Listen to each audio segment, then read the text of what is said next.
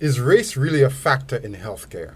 How does blackness, Indianness, or whiteness have anything to do with non-communicable diseases like diabetes, heart disease, and cancer? And what on earth does slavery and colonialism have to do with any of this? The Caribbean is the diabetic and hypertensive center of the world. Barbados and Jamaica constitute the amputation capital of the world as a result of complications arising from diabetes. More amputations are committed in the Caribbean per capita than any other part of the world. This is because for 300 years, the people of this region were forced to consume a diet based on what they produce, sugar. Prime Minister Philip J Pierre is the kind of man who brings his own healthy snacks and drinks to work. But as the head of a government of one of the strongest economies in the region, he has to do more than look out for his own personal health.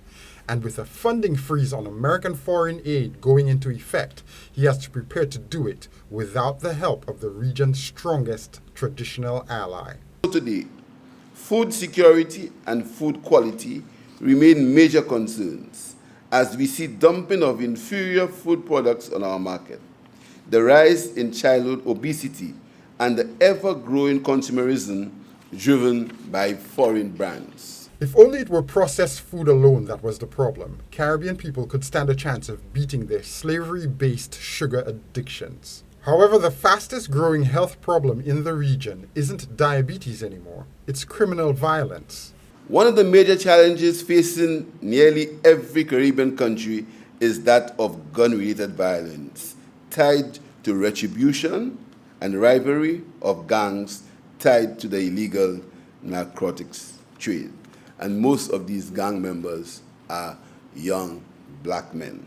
The point is underlined by the fact that American state violence against young black men has killed talented St. Lucians not in the street, but in their own homes.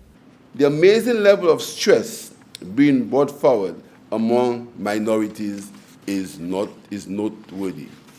And I think of a young St. Lucian man who went to the United States. His name is Beaufort Jean, pursued his studies, got a degree, and started working for a reputable accounting firm in Dallas, Texas.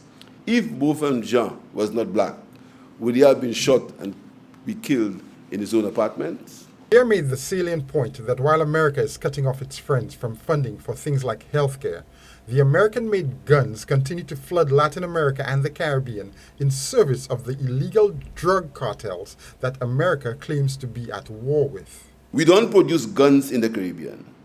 These guns are largely smuggled in from the United States. And as if we do not already have enough challenges with healthcare, our hospitals must deal with the public health crisis of violent gun crime. This added burden on our health system is causing resources to be diverted from other areas and causing a large sector of our population to be marginalized. The World Congress on Racial and Ethnic Health Disparities may originally have been focused on the historical racism handed down and accepted unquestioningly by people who didn't know better. However, Donald Trump's decision to cut off America's most loyal allies from funding may have exposed a much more immediate racist threat to the health of people in nations like St. Lucia. Some would like to ignore the obvious historical connection between health and racism. Philip J Pierre, however, is not one of those people who can afford this luxury. I await your predictions as to what the impact will be on the health outcomes of the world when America withdraws from the WHO. And I'm sure it will create a substantial decrease in the budget and may undermine global expenses, particularly for pandemics. For Choice News Now, I'm Jason Seaflay.